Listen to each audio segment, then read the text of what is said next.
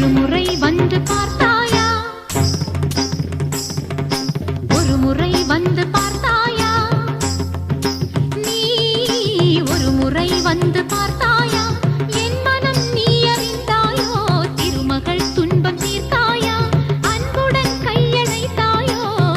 உன் பெயர் நித்தமிங்கு அன்பே அன்பே நான்தான்.